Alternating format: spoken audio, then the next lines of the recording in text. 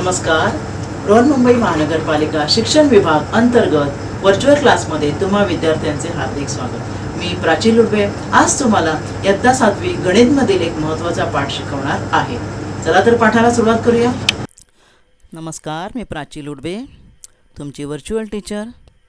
आज तुम्हाला शिकवणार आहे इयत्ता 7वी गणितमधील 10वे प्रकरण, ते म्हणजे बँक व सरळ व्याज, बँक अँड सिंपल इंटरेस्ट ह्या प्रकरणाचा पुढील भाग.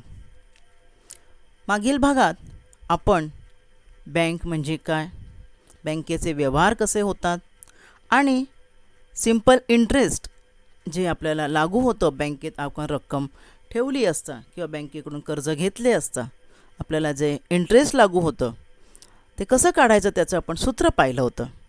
ते म्हणजे व्याज बरोबर म/द/क भागिले 100. म्हणजे काय, व्याज म्हणजे इंटरेस्ट, म्हणजे मुद्दल.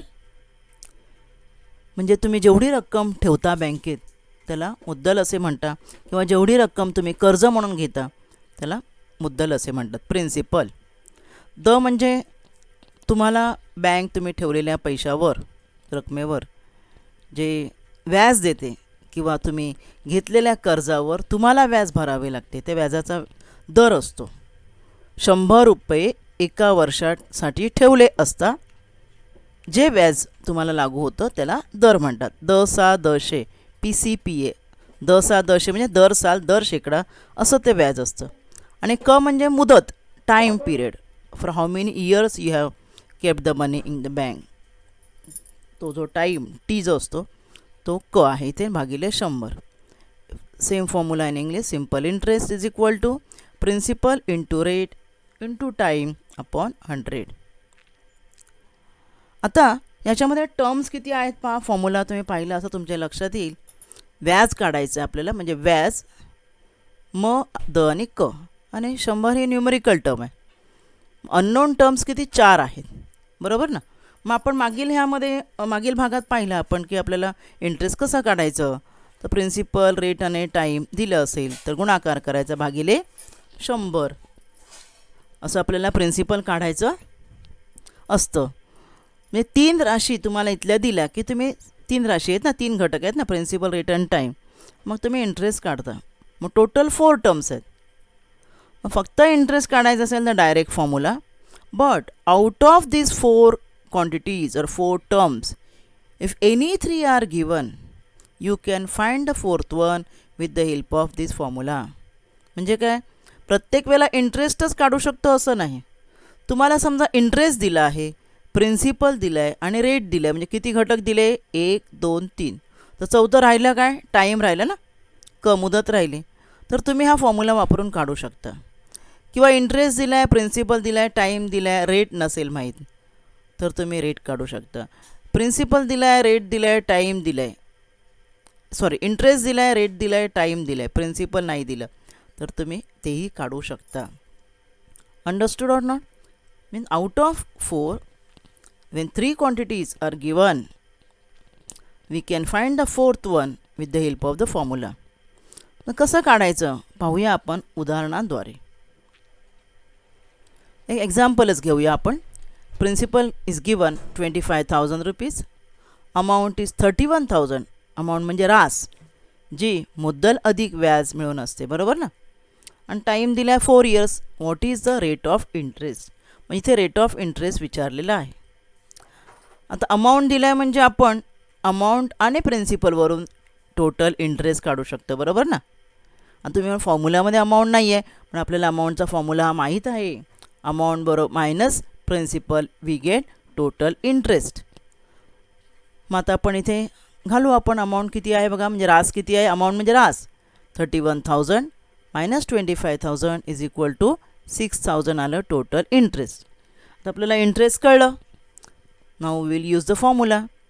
For using formula first you have to write the given terms. तुम्हाला काय काय दिलं आहे ते तुम्हाला आधी लिहावं लागेल, तरच तुम्हाला कळेल ना फॉर्म्युलात काय घालायचं आहे आणि काय दिलं नाही. तर प्रिन्सिपल माहिती आहे आपल्याला टाईम पण दिला आहे बघा इथे, इंटरेस्ट पण कळलं आहे. आता आर माहीत नाही ना, रेट ऑफ इंटरेस्ट. फॉर्म्युला लिहूया आपण. सिम्पल इंटरेस्ट बरोबर काय येणार PRT अपॉन 100. आता किमती कशा येणार पहा. इंटरेस्ट माहिती आहे ना, आपण आता इंटरेस्ट काढत नाही आहे, मग इंटरेस्टच्या जागी अमाऊंट आली बघा आहे ना, सॉरी म्हणजे इंटरेस्टची जी आहे प्राईस ती आली. प्रिन्सिपल घातलं. इथे आर म्हणजे काय, इथे जी अक्षरं आहेत ती तुम्ही त्यांचं इनिशियल म्हणून इथे ठेवू शकता. म्हणजे जी टर्म तुम्हाला माहीत नाही तिच्या जागी काय लिहायचं, त्याचं इनिशियल जे आहे ना अक्षर ते लिहायचं आहे इंग्रजी कॅपिटल लेटरमध्ये. त्यामुळे आर लिहिलं मी. रेट माहीत नाही आपल्याला, बघा इथे सममध्ये विचारलं आहे what is rate of interest आणि T is equal to time upon 100. आता तुम्हाला माहीत आहे पक्षांतर करतात कसं ते, बरोबर ना. आपल्याला आरची किंमत काढायची आहे म्हटल्यावर जे गुणिले आहेत ते भागिले होणार, जो भागिले आहे तो गुणिले होणार आणि आर राहणार एकाच बाजूला. मग तुम्ही either you keep that R term at the right hand side or left hand side. तर मग ही साईड चेंज कशी होणार बघा. Here R is the rate of interest. आता बघा आर इथे बघा तुम्हाला मी सांगितलं जेव्हा आपल्याला सर्व आपण साईड चेंज करून जेव्हा एक अक्षर होतं ना ते अक्षर तुम्ही म्हणा इथे लिहिलं, तुम्ही या बाजूला आणलं, असं काही नसतं. ते एकटं अक्षर तुम्ही बरोबर आर इथेही लिहू शकता किंवा पुढेही लिहू शकता. फक्त बाजूबदल कुठे केला आहे तो लक्षात ठेवा. बाजूबदल सर्वांचा डाव्या बाजूला केला आहे, म्हणजे उजवीकडे आहे ना, बरोबर चिन्ह आहे, बरोबर चिन्हाच्या उजवीकडे आहे, डाव्या बाजूला नेलं आहे बा. गुणिले 100 झालं आहे आणि हे 2 25,000 आणि 4 खाली आले. ठीक आहे. मग आता यांचा इथे आपण भाग लावायचा. पाहूया आपण भाग लावूया. पहा सोडवूया आपण इथे हे.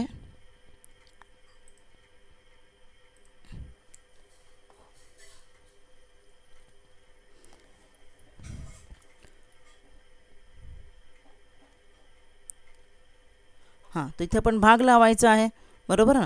इथे 0 गेले, 0 गेले, 0 गेले, 3 शून्य गेले या ठिकाणी, ह्या शून्याबरोबर है ना. 25 एके 25, 25 चोक 100, 4 एके 4, 4 एके 4. भाग लागला. किती राहिलं बघा, 6 राहिलं, म्हणजे मला उत्तर आलं 6. मग 6 काय झालं, what is the rate of interest विचारलं ना. Therefore rate of interest is equal to 6 PCPA. Rate of इंटरेस्टला पुढे PCPA लिहायचं. मराठीत लिहिलं तर दर साल दर शेकडा. कळलं तुम्हाला. तर यावर आधारित आता आपण उदाहरणं पाहूया. हा तुमच्या सराव संच 41मधील 5वा प्रश्न आहे. तर तो मी इथे पहिला घेतलेला आहे तुम्हाला कळण्यासाठी, सोपं कळण्यासाठी. काय काय दिलं बघा. मुद्दल, मुदत, दर, रास. बरोबर ना. म्हणजे मुद्दल दर आहे, मुदत आहे, व्याज आहे, रास आहे. किती टर्म्स आहेत बघा. 1 2 3 4 5 टर्म्स आहेत.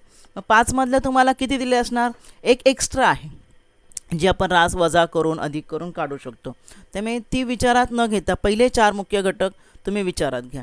तर यापैकी 3 बाबी दिल्या असतात, पण चौथी बाब काढू शकतो. तिले बघा चौथी बाब काढणे. तर ही 4 उदाहरणं आहेत. त्या संग्रहामध्ये 5 आहेत, मी ते 4 घेतलेली आहेत. तर एक एक आपण करूया. पहा हे पहिलं आहे त्यातलं. काय बघा काय दिलेलं आहे पहा. मुद्दल दिलेलं आहे इथे 4200. व्याजाचा दर दिलेला आहे 60%. मुदत म्हणजे टाईम पिरियड दिलेला आहे. किती दिलेला आहे टाईम पिरियड बघा 3 दिलेला आहे. व्याज काढायचं आणि रास काढायचं आहे. तर first I will write the given terms. दिलेले घटक आधी आपण लिहायचे असतात. दिलेले घटक काय आपण इथे लिहूया. आपल्याला प्रिन्सिपल दिलेला आहे 4200. बरोबर. अजून काय दिलेलं आपल्याला व्याजाचा दर माहिती आहे. व्याजाचा दर दिला आहे 7 म्हणजे PCPA 7 PCPA % पर ॲनम. नंतर मुदत दिली आहे म्हणजे टाईम दिलेला आहे किती आहे 3 वर्षे. ठीक आहे. मग आता इंटरेस्ट काढूया. आता हे पहिलं एकदम इझी म्हणजे फॉर्म्युलाच डायरेक्ट यूज करायचे. I बरोबर PRT अपॉन 100. बरोबर ना. मग PRT अपॉन 100 आपण इथे किमती घालूया. काय येणार. P किती आहे 4200 आहे गुणिले रेट ऑफ इंटरेस्ट किती आहे पहा. रेट ऑफ इंटरेस्ट आहे 7 आणि त्यापुढे टाईम आहे 3. बरोबर. भागिले 100. 100 नाही ते भागलं 2 शून्य गेले. गुणाकार किती आला पहा 42 गुणिले 7 त्रिक 21. 42 गुणिले 7 त्रिक 21 गुणाकार करा. गुणाकार येतो 882. किती येतो 882. म्हणजे आता काय आलं तुम्हाला इथे व्याज आलं. बरोबर ना. म्हणून आपण इथे लिहूया व्याज बरोबर रुपीज किती 882 किंवा 882 रुपये. मग आता रास किती येणार. मग रास कशी असते. रास म्हणजे अमाऊंट ना. रास बरोबर काय मुद्दल मुद्दल अधिक काय असते? मुद्दल अधिक व्याज, बरोबर ना. मग मुद्दल अधिक व्याज आपण केल्यावर काय येणार आहे आपल्याला? अधिक व्याज बरोबर मुद्दल या ठिकाणी किती आहे बघा, 4200 अधिक 882, बरोबर ना. 4200 अधिक 882 म्हणजे किती येणार बेरीज बघा. इथे 2 येणार, इथे 8 येणार, 8 आणि 2 10, 0 आजचा 1 आणि 4 आणि 1 5. हे किती रुपये आले बघा आपल्याला? रास आलेली आहे 5082. तुमचा जो चार्ट आहे त्या चार्टमध्ये तुम्ही किमती घालू शकता. अशा प्रकारे तुम्हाला इथे व्याज आणि रास मिळालेला आहे. दुसरं उदाहरण पाहूया आपण त्याच टाईपमध्ये. काय आहे पहा, इथे इथे तुम्हाला मुद्दल माहीत नाही आहे, पी माहीत नाही आहे. आपल्याला काय दिलं आहे मग? रेट दिला आहे, आर दिलेला आहे बघा 6 PCPA, बरोबर. त्यानंतर दिलेला आहे मुदत, टी दिलेलं आहे, टाईम पिरियड दिलेलं आहे 4 वर्षे. आता इथे इंटरेस्ट दिलं आहे बघा, इंटरेस्ट दिलेला आहे 1200, बरोबर. आणि पी माहीत नाही आहे,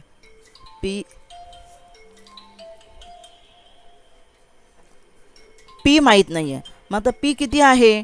पी काढायचं आहे. First I will write the formula I is equal to PRT upon 100, बरोबर ना. मग आता पी किती आहे? आता दिलेल्या किमती आपण लिहूया. इथे आय आपल्याला माहिती आहे इथे म्हणून 1200, बरोबर.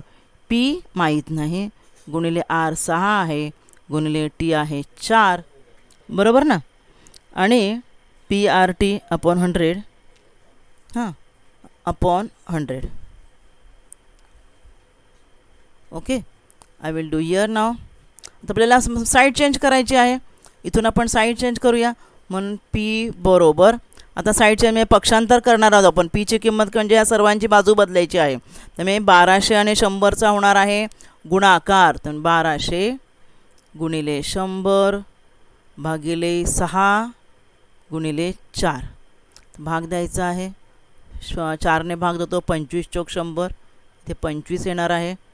6 एके 6, 6 दुने 12 आणि वर 2 0 म्हणजे किती आलं बघा. इथे 200 गुणिले 25चा गुणाकार ना, हे 25 दुने 50 आणि वर 2 0 म्हणजे काय आलेलं आहे तुम्हाला? इथे 5000 आपल्याला आलेलं आहे प्रिन्सिपल, म्हणजे मुद्दल. जी मुद्दल जी आहे ना विचारले ती किती आलेली आहे इथे आपल्याला?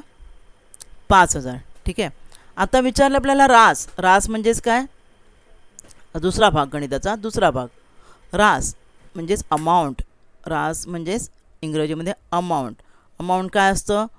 प्रिन्सिपल प्लस इंटरेस्ट, बरोबर ना. आता प्रिन्सिपल किती आहे? 5000 प्लस इंटरेस्ट आपल्याला दिलेलं होतं 1200, बरोबर. किती येणार उत्तर? 6200 येणार आहे रास. म्हणजे इथे आपल्याला जे रास विचारलेली आहे त्याची किंमत किती आहे? 6200. समजलं तुम्हाला उदाहरण? तर पाहूया पुढचं उदाहरण. ह्या उदाहरणात काय दिले जातात घटक लिहूया आधी आपण. तुम्हाला पी दिलेला आहे, पी बरोबर 8000. व्याजाचा दर दिलेला आहे 5% पर ॲनम. मुदत टी काढायचं आहे, इंटरेस्ट दिलेला आहे 800, बरोबर. इथे क्वेश्चन मार्क आहे. फॉर्म्युला काय? आय बरोबर PRT upon 100. Now I write the values. I दिलेले आपल्याला 800, पी आहे 8000, बरोबर. गुणिले आर किती आहे आपला? 5 आहे, गुणिले टी माहीत नाही. जे माहीत नाही त्याचं अक्षर कॅपिटलमध्ये लिहायचं, त्याचं इनिशियल, बरोबर, भागिले 100. मग आता आपण बाजू बदल करूया. मग टी बरोबर 800 गुणिले 100. बघा मी बाजूबदल काय करत आहे. जरी टी मी इथे लिहिला तरी टीचं पक्षांतर केलेलं नाही आपण, बाकी अंकांचं पक्षांतर केलं आहे. त्यामुळे 100 झाला गुणिले आणि भागिलेमध्ये काय येणार आहे? 8000 गुणिले 5. ठीक आहे. मी आता ह्या ठिकाणी सोडवत आहे. तर आता इथे आपण भाग देणार आहोत. इथे बघा 800 आहे. 800 जो आहे 800ने ह्याला भाग दिला 1000ला म्हणजे 10 येणार आहे. 10ने इथे भाग दिला म्हणजे 10 10 100 येणार आहे. 5 एके 5, 5 दुने 10 म्हणजे तुम्हाला इथे टी आलेला आहे. टी बरोबर 2. म्हणजे तुम्हाला जो काळ विचारला ना इथे तो काळ किती येणार आहे? 2 वर्षे, बरोबर. टी आलेला आहे तुम्हाला 2. ठीक आहे. आता विचारलं आहे तुम्हाला रास. रास आपण इथे आधी पण काढू शकलो असतो.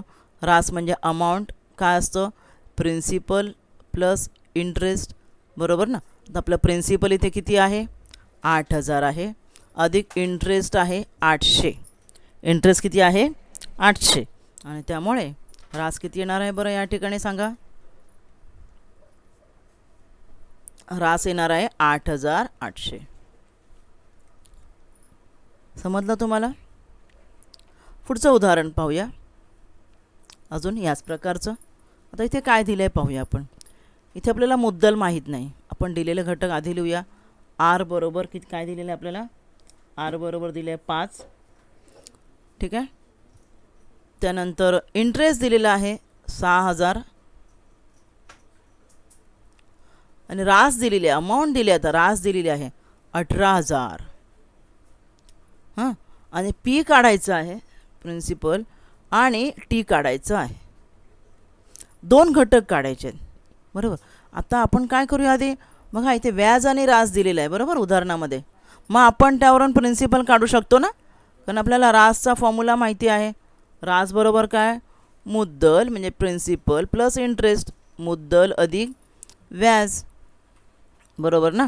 आणि म्हणून मुद्दल काय येणार, मुद्दल बरोबर, मुद्दल म्हणजे प्रिन्सिपल बरोबर रास वजा व्याज.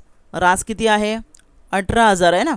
18,000 वजा 6,000 म्हणजे किती आलं, बरोबर 6,000 आपल्याला आलं मुद्दल. म्हणजे या ठिकाणी तुम्हाला मुद्दल मिळालेलं आहे. ठीक आहे. आता आपल्याला पुढचा भाग करणं सोपं झालं. तर now will write formula I is equal to P R T upon 100. I म्हणजे इंटरेस्ट आहे 6,000, बरोबर ना. पण प्रिन्सिपल पण आपल्याला कळलं किती आहे प्रिन्सिपल, प्रिन्सिपल पण आहे 6,000.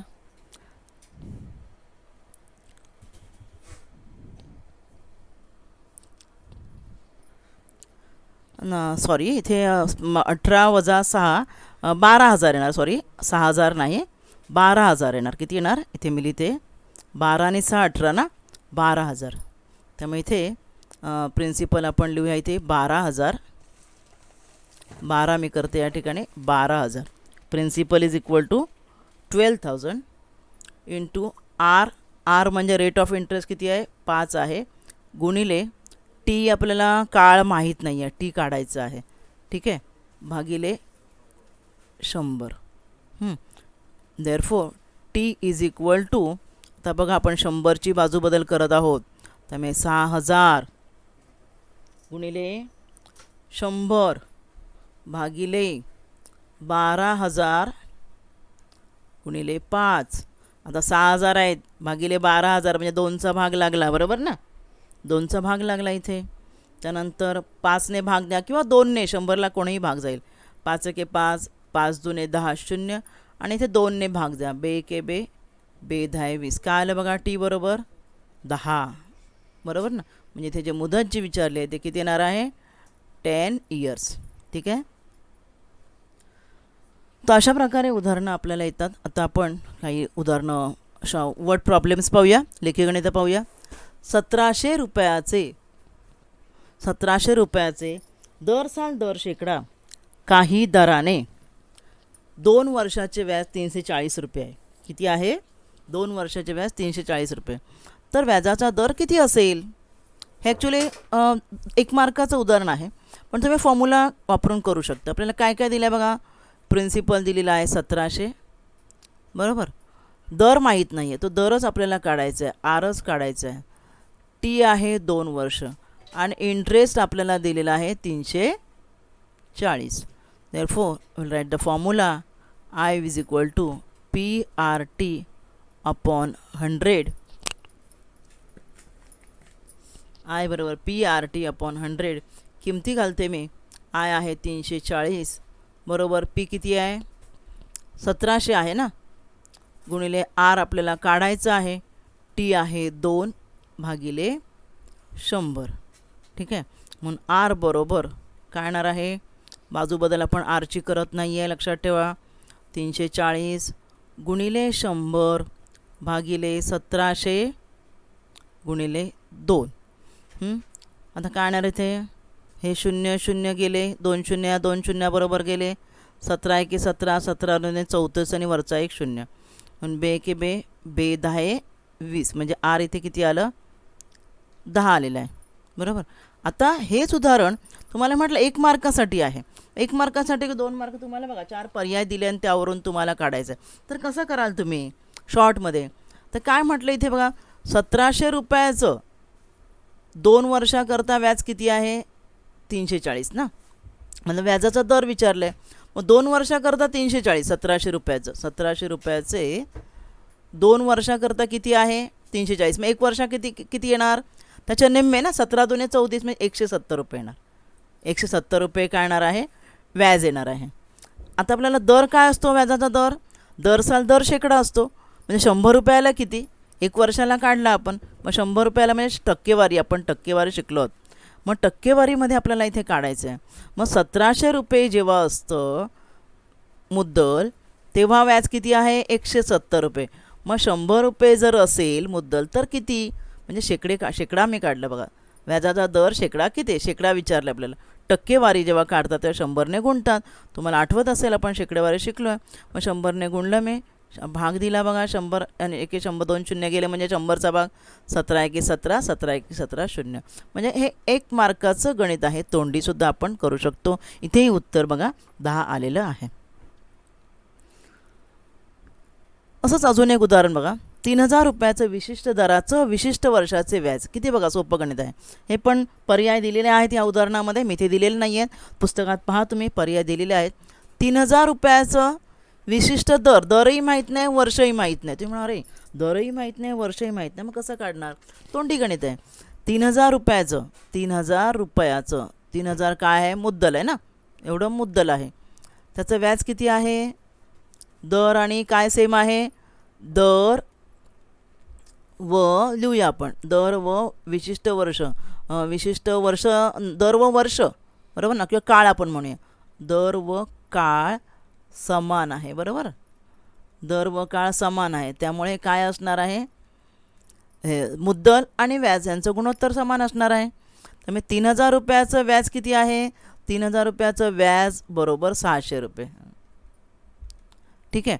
मग काय विचारलं आहे, 1500 रुपये जर मुद्दल असेल, किती रुपये, 1500 रुपये, तर तितक्याच दराचे, म्हणजे दर तोच आणि तितक्याच वर्षाकरता व्याज किती, तोंडी सांगू शकता तुम्ही. बघा कसं सांगणार तुम्ही तोंडी, बघा रक्कम निम्मी झाली आहे, बरोबर ना, 3000 ते 1500, मग त्यामुळे व्याज पण काय होणार आहे, त्याच दरात व्याजसुद्धा कमी होणार आहे, त्यामुळे व्याज पण निम्म होणार आहे. तर किती येणार आहे उत्तर तुमचं, 300 रुपये. समजलं तुम्हाला. म्हणजे असं हे काही सोपे प्रश्न जे आहेत ते प्रत्येक वेळेला सूत्र वापरायलाच पाहिजे असं काही नाही आहे. पुढचं उदाहरण आपण पाहूया. जावेदने 12,000 रुपये दर शेकडा 9 दराने काही वर्षांनी बँकेत ठेवले. तो दरवर्षी काय करतो, दरवर्षी व्याजाची रक्कम काढून घेतो. ठीक आहे. तर किती वर्षात त्याला, म्हणजे वर्ष विचारले, व्याजासह एकूण 17,400 रुपये मिळतील. Javed had deposited this much amount for 9 PCPA and he withdraw his interest every year. At the end of period, he had received altogether this much amount of money. Then for how many years had he deposited this money? किती वर्षाकरता ठेवले. आधी आपण दिलेले घटक लिहूया. P is equal to, principal is given 12,000. Rate is also given. R is equal to 9 PCPA. आणि त्याला व्याजासह इतकी रक्कम, म्हणजे हे काय आहे, अमाऊंट आहे. आलं का तुमच्या लक्षात, हे अमाऊंट आहे, एवढे रुपये त्याला काय होतील, मिळतील. बरोबर ना. मग ते किती आहे, अमाऊंट आहे 17,400. कळलं का. मग आपण यावरून काय काढू शकतो, लक्षात आलं का तुमच्या, आपण इंटरेस्ट काढू शकतो.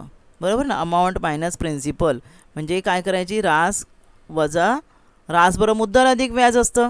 त्यामुळे रास वजा आपण काय केलं, मुद्दल केलं की आपल्याला इंटरेस्ट मिळणार आहे 17,400 वजा 12,000. पहा बरं, वजाबाकी करा आता. काय येणार आहे, 0 0 आणि इथे किती येणार आहे, शतक घरातला 4, 17तून 12 गेले 5. बरोबर. म्हणजे तुम्हाला इंटरेस्ट मिळालेला आहे. किती मिळालेला interest? I is equal to 5400 rupees. ठीक आहे. Now I will write the formula. Formula लिहूया आता आपण. I is equal to formula काय आहे? PRT upon 100. तर आपल्याला काय विचारलं आहे? किती वर्ष है ना, म्हणजे किती वर्ष म्हणजे इयर काढायचं आहे, टी काढायचं आहे. आता आपण किमती घालूया. आय किती आहे? 5400. इथे आता आपण वजा करून काढलं. प्रिन्सिपल किती आहे? 12000 आहे. आर आहे, रेट 9 आहे. T we don't know, then upon 100.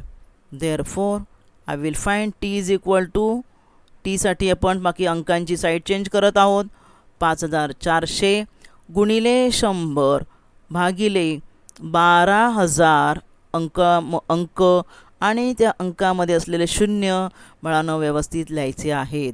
आता मी काय करत आहे बघा, 100ने भागते, त्यामुळे इथले 2 शून्य गेले पहा. त्यानंतर इथे आपण काय करूया? ठीक आहे, आपण ह्याला असंच ठेवूया, 9ने भाग देऊया. 9 सक 54 नाही का? 9 सक 54चे 6 आणि वर 2 शून्य आहेत. म्हणजे आता काय बाकी राहिले ते मी आधी लिहिते, कारण कन्फ्युजन नको. 600 आहेत आणि खाली किती आहेत पहा बरं? 120 आहेत. किती आहे? 600 आणि 120 दिसतं आहे मला, बरोबर. आता मी इथे पण हा 1 शून्य घालवते. हा आलं आपल्याला उत्तर पहा. 12 एके 12, 12 पंची 60, बरोबर. टी बरोबर 5. म्हणजे काय आलं आपण ॲन्सर काय आलं? I will write here in words. For how many years had he deposited his money? Therefore, he had deposited. He म्हणजे कोण? तो जावेद. He had deposited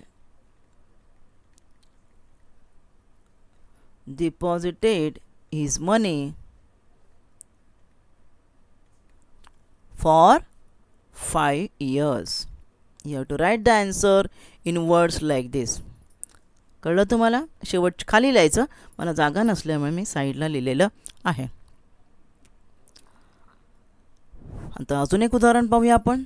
लताबेन यांनी गृहउद्योग सुरू करण्यासाठी बँकेतून काही रक्कम दर साल दर शेकडा 2.5 बघा ही अमाऊंट किती आहे बघा, दर किती आहे बघा या ठिकाणी. हा दर आहे इथे, हा पहा इथे किती आहे? 2 आणि अर्धा म्हणजे 0.5 म्हणजे 2.5 असं आहे. अशी अमाऊंट भरायची, लक्षात ठेवा. उदाहरण करताना कर्जाऊ घेतले आणि त्याने कर्ज फेडण्यासाठी 10,050 रुपये व्याज दिले, तर त्याने एकूण किती रक्कम कर्जाऊ घेतली? किती रक्कम घेतली म्हणजे कळलं का तुम्हाला? किती रक्कम घेतली म्हणजे तुम्हाला काय विचारलेलं आहे इथे या उदाहरणामध्ये? पी विचारलेलं आहे, प्रिन्सिपल विचारलेलं आहे. कळलं ना? हे तुमचं व्याज आहे.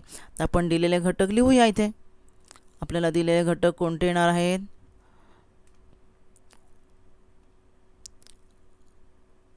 हां, 10 दराने, 10 दर म्हणजे रेट किती आहे? रेट आपण लिहूया 10. त्यानंतर 2.5 वर्ष म्हणजे टी आहे, 2.5 म्हणजे 2.5 आहे. आणि त्यानंतर किती व्याज किती दिलेलं आहे? व्याज बरोबर 10,250 आहे आणि आपल्याला पी काढायचं आहे. ठीक आहे. तर उदाहरण आपण कसं करणार आहोत हे आधी आपण सूत्र लिहूया. आय बरोबर PRT अपॉन 100. ठीक आहे. मला काढायचं काय आहे ते मी आधीच बाजू बदल करून घेते. मला पी काढायचं ना. Therefore what I will right?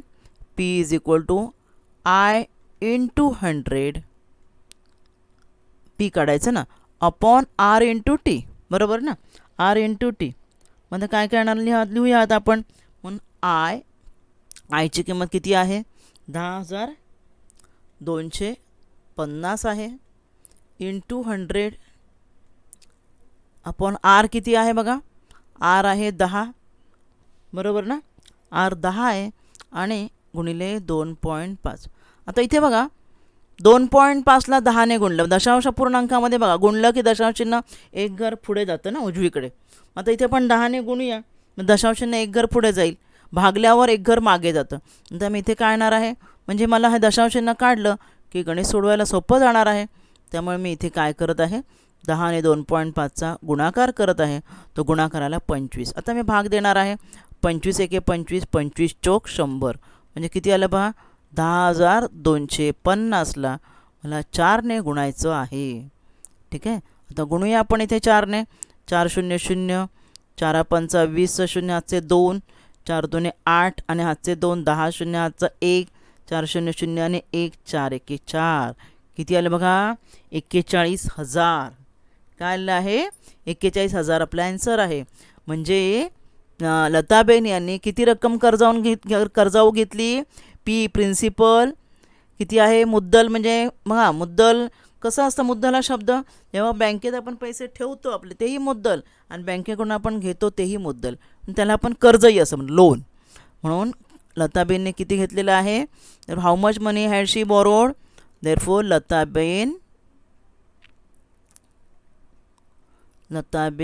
Had borrowed. Borrowed म्हणजे काय? घेतले.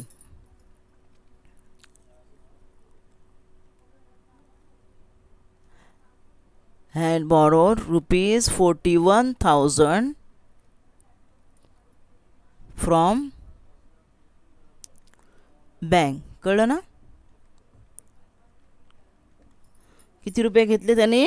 41,000 एवढे रुपये बँककडून घेतलेले होते. समजलं तुम्हाला? हां, हे मी पुन्हा तेच उदाहरण ठेवलं होतं. आपल्याला जर एक्स्ट्रा जागा लागली तर म्हणून आपण उदाहरण ते मागील भागामध्ये पूर्ण केलेलं आहे, मागील स्लाईडमध्ये. अशा प्रकारे आजच्या भागात आपण PRT आणि इंटरेस्ट आय हे 4 जे घटक आहेत ते कोणतेही 3 घटक दिले असता उरलेला घटक कसा काढायचा, रास दिली असता, मुद्दल दिली असेल तर व्याज काढून त्याप्रमाणे उदाहरणं कशी सोडवायची हे आपण ह्या भागात पाहिलेलं आहे. तर या भागात आज आपण इथेच थांबूया. धन्यवाद. आज आपण या भागात इथेच थांबूया. माझा व्हिडिओ आवडला असेल तर लाईक करा, शेअर करा आणि असे अनेक एज्युकेशनल व्हिडिओ पाहण्यासाठी MCGL व्हर्च्युअलच्या चॅनेलला सबस्क्राईब करा. धन्यवाद.